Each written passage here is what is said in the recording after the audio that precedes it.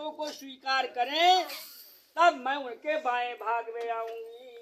पहली बात है तीर्थ व्रतोद्यापन दान यज्ञम मया सहत्वं यदि कांत कुर्या मामांगमायामि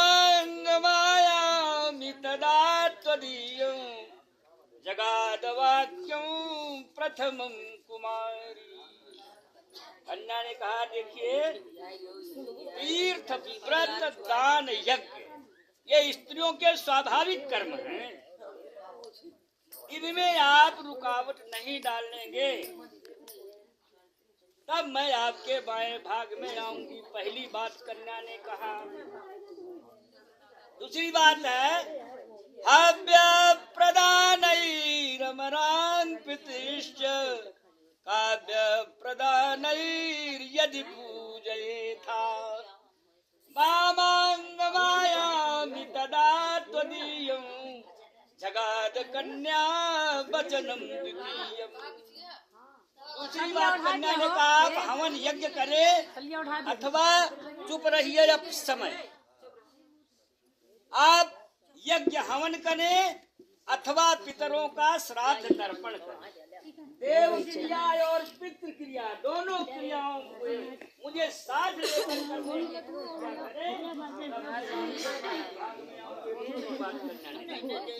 दूसरी बात है कुटुम्ब रक्षा भरणो यदि त्वं कुर्या पशूनां परिपालनञ्च मामांगमायामि तदा त्वदीयं जगाद कन्या वचनम तृतीयम्।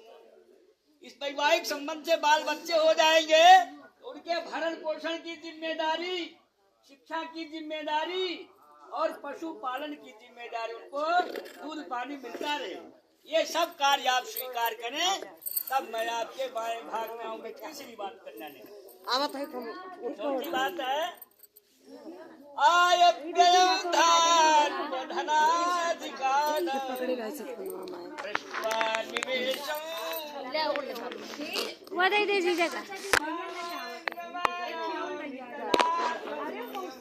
जगाद कन्या वचनम चतुर्थम। चौथी बात कन्या ने कहा आप जो आमदनी करें अथवा जो खर्च करें वो मेरी सहमति से करेंगे, मुझसे पूछ कर करेंगे, अकेले कोई निर्णय नहीं लेंगे। ये चौथी बात कन्या ने कहा।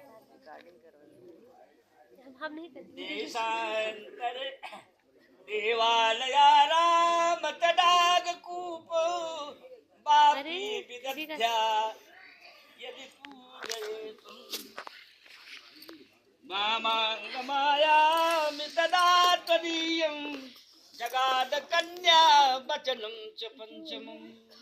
पांचवी बात कन्या ने कहा आप मंदिर बनवावे, कुआं खनावे, बावली बनवावे, जो भी धार्मिक कार्य करें उसमें हमको साथ लेकर करने की प्रतिज्ञा करें तब मैं आपके बाएं भाग में आऊंगी।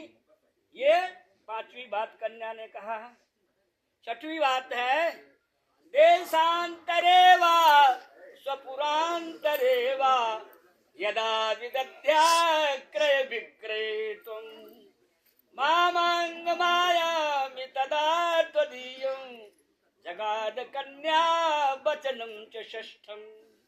छठवीं बात कन्या ने कहा अपने देश में अथवा परदेश में विश्व के किसी भी कोने में आप जो खरीदे और जो बेचे वो मेरी सहमति से मुझसे पूछ कर करेंगे, अकेले निर्णय नहीं लेंगे तब मैं आपके बाएं भाग में आऊंगी।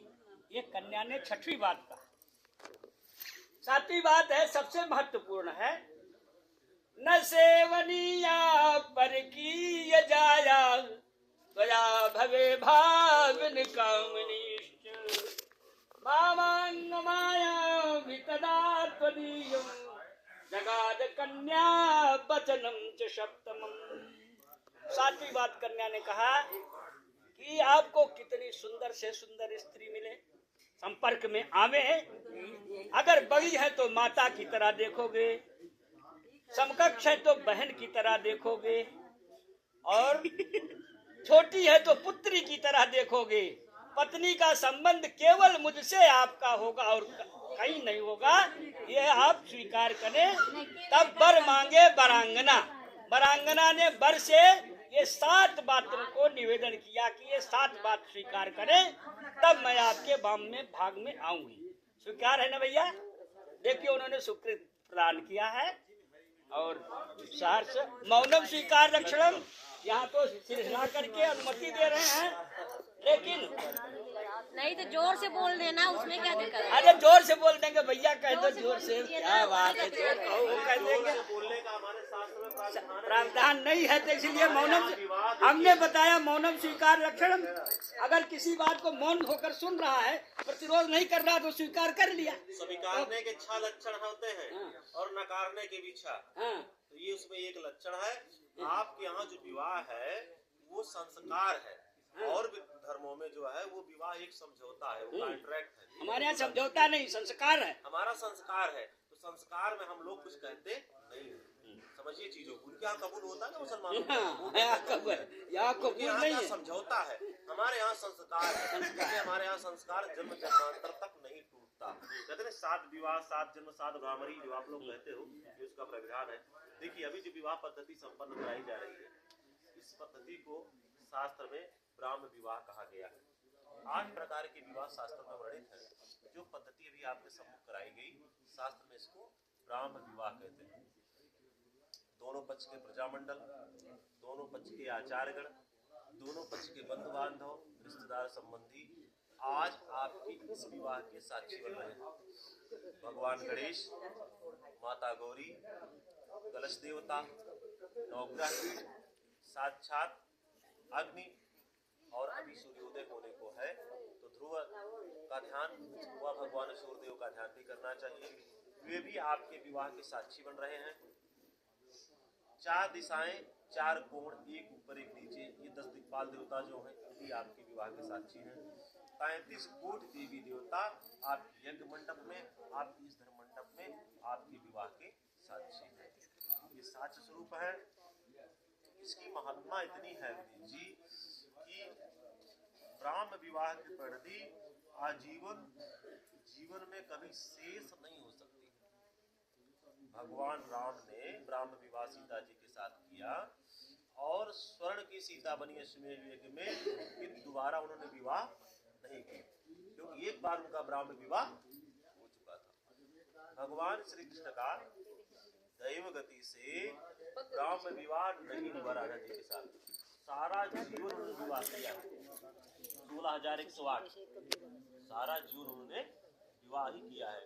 गर्गाचार्य जी ने उनकी कुंडली गौशाला में देखी थी। उन्होंने कहा था सारे गुण तो तुम्हारे अच्छे हैं लल्ला यशोदा जी से, लेकिन केंद्रश्चा ध्रुवो जाता सप्तमेश्चा विभर्गचा, अर्थात 2 क्रूर ग्रह कुंडली में जब सप्तम में बैठते हैं और अष्टमेश और नवम की दृष्टि रहती है तो जातक एक से अधिक विवाह करता है। तो भगवान करेंगे ये प्रणति आप में ना, जो 7वां वचन जो कहा अभी मूसा जी ने, समझ रहे नहीं, वो प्रणति आप में ना प्राप्त हो। कहने का मतलब 16,108 से नहीं, आपके एक से समभावी होवे, कृत होवे, कल्प होवे, सत्पुष्ट होवे, भगवती की कृपा आप पर बनी रहे, ऐसा यह विवाह की पद्धति है। अभी 4थे वचन में 7वें वचन तक का जो क्रम रहा, कन्या ने मन से कहा, वर भी कन्या से कुछ बात कहता है, उसके अपने वचन है, मैं आपको वामांग भाग में बैठाने के लिए तत्पर हूँ, क्योंकि मेरी भी कुछ अनुबंध शर्तें हैं, मेरे भी कुछ संस्कार हैं, मेरी भी कुछ परंपराएं हैं, यदि उसे आप स्वीकार करो तो मैं आपको वामांग भाग में बैठाने के लिए तत्पर हूँ। प्रथम वचन में कन्या आपसे कहती है, वर आपसे कहता है कि उद्याने मद्यपाने च परिगृहे गमनम तथा परपुंसार वेगे च हास्यं वर्ज त्वया सदा। उद्यान में कहने का तात्पर्य है कि जहाँ पर बहुत अधिक वीरान हो या जहाँ पर बहुत अधिक भीड़ हो, इन दोनों का स्थानों को उद्यान कहा गया है शास्त्रों में। मद्यपान, जहाँ पर मदिरालय हो, जहाँ पर बहुत जुआ लोग खेलते हो, जहाँ पर असंस्कारी लोग रहते हो, शास्त्र का तात्पर्य यहाँ से, जहाँ पर कुसंस्कार बसता हो, ऐसे स्थानों पर बिना मेरी सहमति के या बिना मेरे साथ आपका न तो आगमन होगा न तो बहिर्गमन होगा, ना तो आना होगा, ना तो जाना होगा। यदि ऐसा स्वीकार करो तो मैं आपको अपने वामांग भाग में बैठाने के लिए तत्पर हूँ। दूसरी वचन में अपना बड़ा कहता है कि अंतर्गृहे स्थिरादित्य सदुखानो जा भोगने हम तिष्ठाति भद्रे पालनीय सदा मम। अंतर्गृहे में जो मेरा चित्त है, मैं चित्त आपका हूँ। मेरा सुख आपका सुख, मेरा दुख आपका दुख, मेरे माता पिता आपके माता पिता, मेरे भाई बंधु बांधव आपके भाई बंधु बांधव। कहने का तात्पर्य एक समान प्रकृति, हम दोनों आज के बाद दो शरीर दो जीवात्मा होते हुए भी एक प्राणात्मा होने जा रहे हैं। जैसे रथ का पहिया अकेले नहीं चल सकता, उसी प्रकार से जीवन की नैया अकेले नहीं चल सकती। इसलिए भगवान ने जब राम विवाह की पद्धति समायोजित की शास्त्र में, और यह परंपरा हमारे पूर्वजों ने की, हमारे माता पिता ने की, कन्या पक्ष के माता पिता ने की, और इस प्रक्रिया को हम दोनों आज उद्धत करने चल रहे हैं। सदैव हम दोनों का आपस में प्रेम, सौहार्द और एक दूसरे के प्रति सूझ और समझ दोनों बनी रहे। ऐसा ना होवे जब समय रहे तो सूझ चली जाए, और जब सूझ आवे तो समय न रहे। दोनों में इस बात का सदैव ध्यान रहे कि एक दूसरे का क्रम आपस में बना रहे। तीसरे वचन में पुनः कहता है उद्याने सोमपाने च पितृग्राहमेव च मदाज्ञा लंघित्वा न गच्छेयदेह सुंदरी। कहते हैं कि अत्यधिक व्यस्त स्थानों पर, अर्थात इन जो अभी प्रथम वचन में कहे हैं मैंने, उद्यान में, मद्यपान में, राजा का गृह आज न्यायालय, राजा का द्वार रहा नहीं, राजा का अधिकार आज के न्यायालय ने ले रखा है, इसे बखूबी हम आप समझ रहे हैं।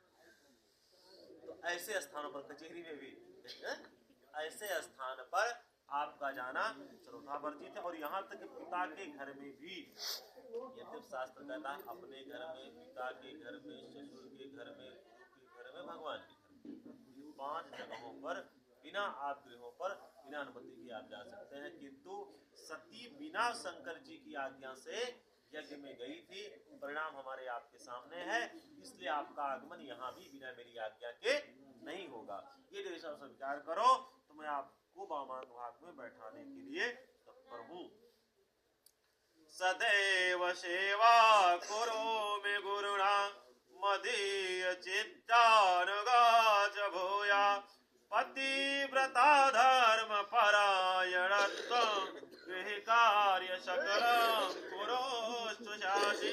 कहते हैं कि सदैव आपको मेरे गृह में रह करके गुरुजनों की सेवा, आतिथ्य जनों की सेवा, जो बंधु बांधव अतिथि आ जाए उनकी सेवा, माता पिता की सेवा, जो भी गृहस्थ के उत्तम कार्य हैं उस पतिव्रत को धारण करती हुई सारे कार्यों की कुशल दक्षता आपको प्राप्त हो, और ऐसा करने की सहमति व सम्प्रति आप स्वीकार करें तो मैं आपको अपने वामांग भाग में बैठाने के लिए तत्पर हूँ।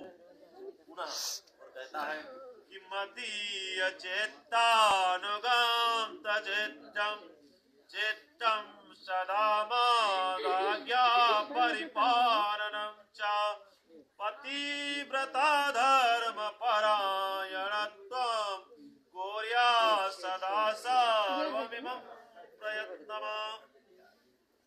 मेरे चित्त में, मेरे धर्म में, मेरे ज्ञान में, मेरे बुद्धि में, मेरे विवेक में आपका साहचर्य सदैव बना रहेगा, ना कि एक दूसरे की विपरीत। धर्म कार्य बिना पत्नी के संभव नहीं है, इसलिए आपका सहयोग, आपका संयोजन, आपका सानिध्य सदैव मेरे साथ मेरे धर्म कार्य में बना रहे, मेरे गृहस्थ कार्य में बना रहे, मेरे पारिवारिक प्रयोजनों में बना रहे। यदि ऐसा स्वीकार करो तो मैं आपको अपने वामांग भाग में बैठाने के लिए तत्पर हूँ। देखिए अभी जो क्रम रहा, 7 वचन वर का रहा, 7 वचन कन्या का रहा और 4 वचन वर का रहा। ग्राही से दाता का फल जो है अधिक होता है, तो दाता का क्रम भी अधिक होता है। अभी हम आप क्या है, ग्राही हैं, कन्यादान आप ग्राह्य कर रहे हैं। तो भैया जो देने वाला है वो सदैव उसका हाथ ऊपर होता है, उसका हाथ ऊपर होता है और हमारा हाथ नीचे होता है। तो कहने का मतलब जो भाव है, जो प्रतिष्ठा है, जो संयोजना है, वो कन्या को लेकर के अधिक है। कन्या जब पहली भ्रामरी में चलती है तो पहले वचन में वह अपने माता का स्नेह छोड़ती है। माता के लिए कहती है, माता का आंचल का स्नेह उर पे पाहन देता गिरहे, पहले पद की गति से मैं जीवन के पथ पर जाग रही। कन्या ने पहली भ्रामरी में सबसे उत्तम स्नेह माता का होता है, समझ रही है। अब बात अलग है, आपके यहाँ तो यशोदा और क्या कहते हैं, क्योंकि दोनों है आपके यहाँ, भगवान कृपा से दोनों का स्नेह छोड़ रही है। कन्या कहती है, मैं अपने आंचल का स्नेह अपनी माताओं दोनों, पाल्या माता और जिन्होंने मुझे जन्म दिया, जिन्होंने पाला पोसा है और जिन्होंने मुझे जन्म दिया है, मैं अपनी दोनों माताओं का स्नेह छोड़ करके आपके साथ साविक